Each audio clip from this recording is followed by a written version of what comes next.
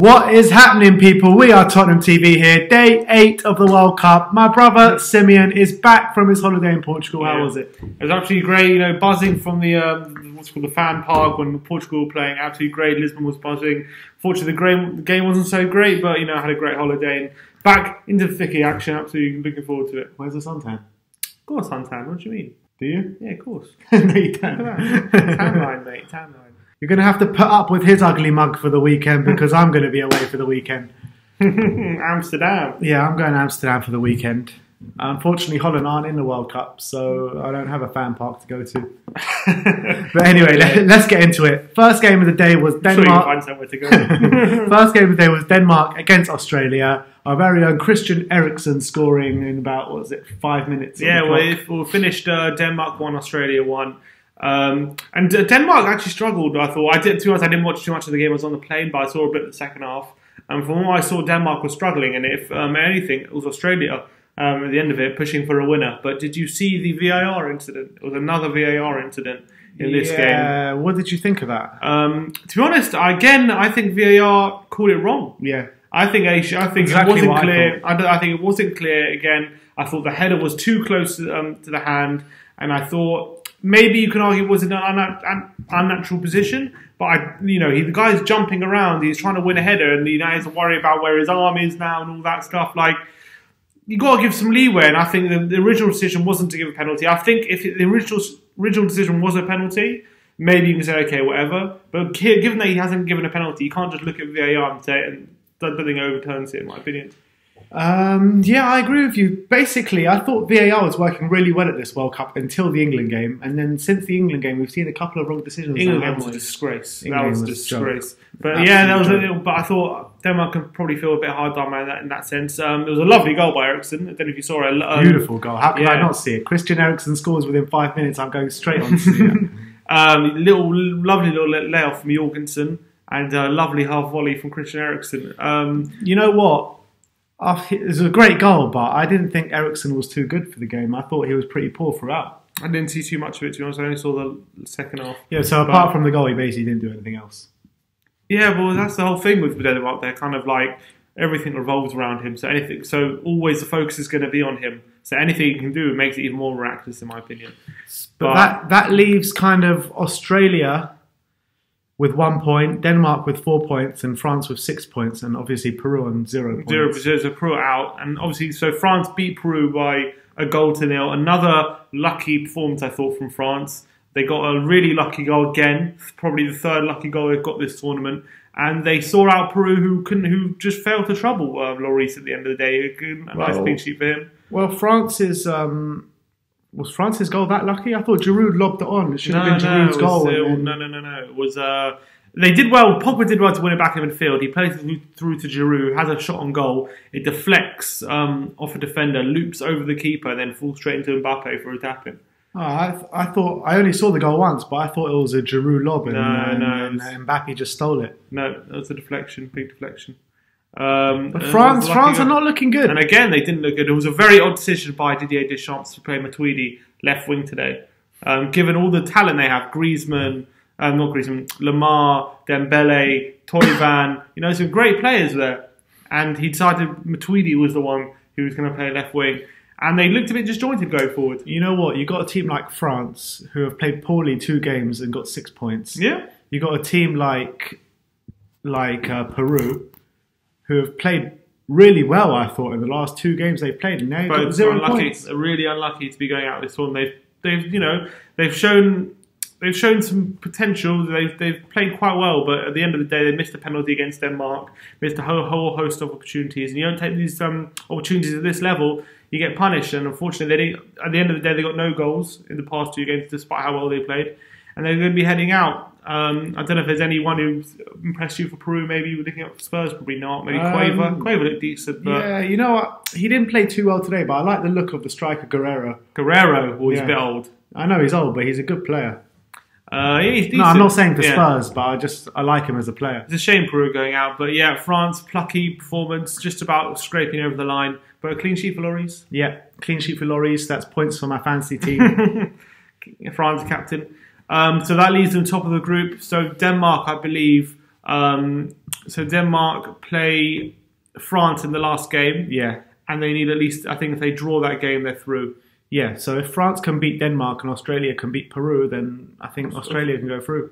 But so it's not unlikely, it's not over, but I'm backing Denmark to at least to draw in that game against France. Oh, really? Just given how France have played, and Eriksen... And Eriksen knows where Lloris dies for his Exactly, free kick, yeah, Eriksen knows his best. Or does Lloris, to see who knows each other better.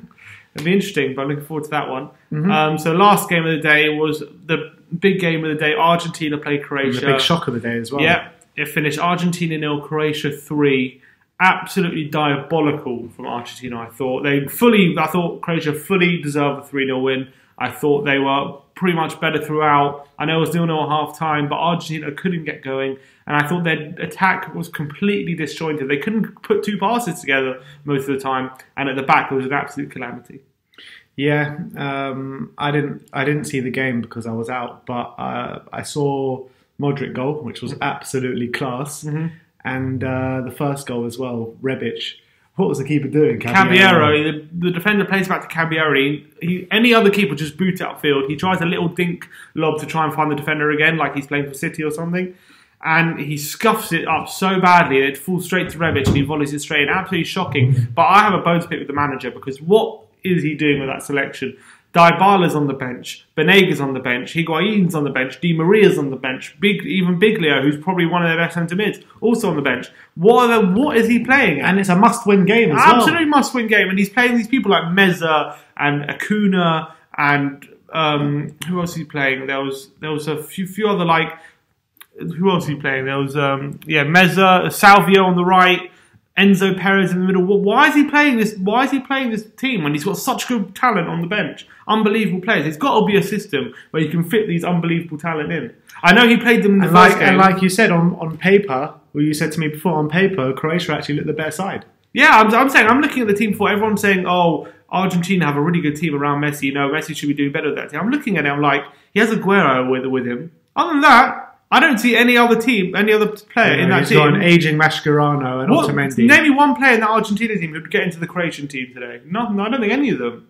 Except for maybe Otamendi. Messi, Mascherano, Otamendi. Even Mascherano's not getting in. Mascherano I don't think. I think Otamendi, Messi and Aguero. Well, it's a toss-up with Brozovic versus Mascherano. Yeah. I mean, it just shows the quality of the Argentina team around him. And Messi but take nothing away from the Croatians. Of course. Rakitic and Modric completely ran the show. No, you've got to listen. Any time you come up against Messi, you have to be at your best to stop him. Absolutely 100%. Any time you stop Messi, you have to get 100% credit for that. And, he tried his best today, Messi, but he just couldn't get anything on that Croatian defence. I thought Lovren was absolutely...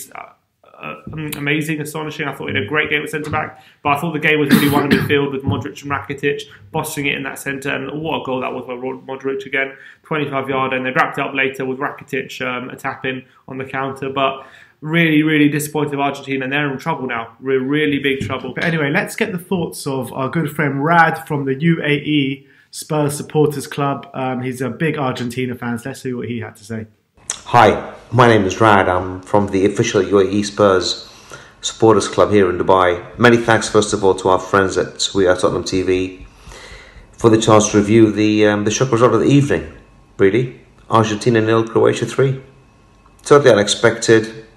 Despite the Argentinians' draw with Iceland, they actually played better in that game than they did today. But Messi went missing. It's as simple as that. There was no Messi.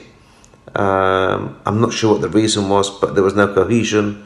The passing went to pot, and the Chelsea reserve keeper, the horrendous mistake he made to give basically a gift of the first goal, killed the game. Good finish, but the clearance was non-existent, and it was a disaster for them. And they're hanging by a thread now. They need a favour from the Nigerians tomorrow, and they've got to win next week and see what happens. But exciting times at the World Cup. See you soon. Bye-bye. All right, thanks, Rad. But that, if Iceland go and win tomorrow, then Argentina pretty much out. Argies. I think is it head-to-head or goal difference? I think it's head-to-head, but I'm not 100%. It's head-to-head. Oh, still, it's head-to-head. It should but right now, as the table stands, Argentina are below Iceland because of goal difference, because they drew 1-0. Because they lost 3-0, yeah.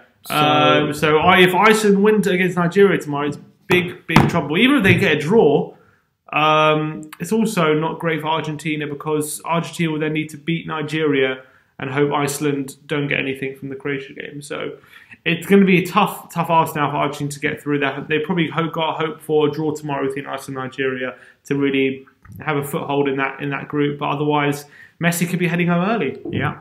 And it would be a real shame. And they were your tip for the tournament, weren't they? Listen, I'm looking at the team around it. If you've got all that talent and actually play them, get a system together, I think they've got decent enough players around them to get a good team going. But I think the managers are an absolute shocker.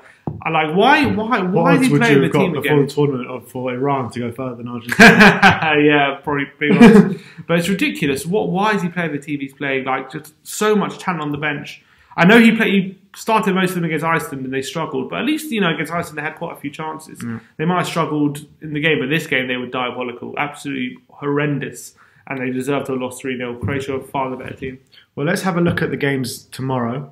The first game up, we've got Brazil, my tip of the tournament, against Costa Rica. Score prediction? Obviously, you could probably go for a Brazil win, but you would have said that against Switzerland as well. Yeah. But I think they showed enough against Switzerland to suggest that they got a bit of luck in that game and they'll go on to win maybe 2-0. And there's been I think it's been a theme of this World Cup that, except for that Argentina game against Croatia, every game's pretty much been tight. Every game's been close. No one's really run away with any win. That's probably the biggest win of the tournament. Croatia, Argentina. Yeah. It's probably the only win. Apart from the Russia one. Yeah, and the Russia one as well. So most games have been very, very tight. I'm expecting Costa Rica, who lost the first game, to give it a good go. Is Neymar fit? I think he missed training, so I'm not sure whether he's actually going to be fit for this game. But knowing the Brazilians are probably going to force him. Score prediction? I'm going to go 2-0 Brazil. 2-0? Yeah. I'm going to go. I think it's going to be a convincing win for Brazil. I'm going 3-0. 3-0 Brazil. The next game is Nigeria against Iceland. Right, so obviously a big game for Argentina. I'm going to back a draw in this game. I think Iceland know that they can't lose. They don't want to lose this game, knowing Argentina's result. And they also, Nigeria, after losing the first game, they need a win primarily in this game. But I can see Iceland, their strong defence, holding out and picking up a point. I'm going to go 1-1. 1-1. I think Iceland are going to take this game. I think there's going to be quite a few goals as well. I'm going to go 2-1 to Iceland. 2-1 Iceland. Interesting. Sigurdsson with a goal? Of course. The Gilf. Got to go the Gilf. And the last game of the day will be Serbia against Switzerland. Serbia against Switzerland. Obviously, Switzerland got a draw against Brazil last time out, and Serbia just about nicked it. Serbia got some good players in that squad. Yeah, they got a nice midfield going. Can you imagine if Yugoslavia was still together? What a team they would have. What a team they would have. What a team they would have. It's a shame they're apart, but whatever happens.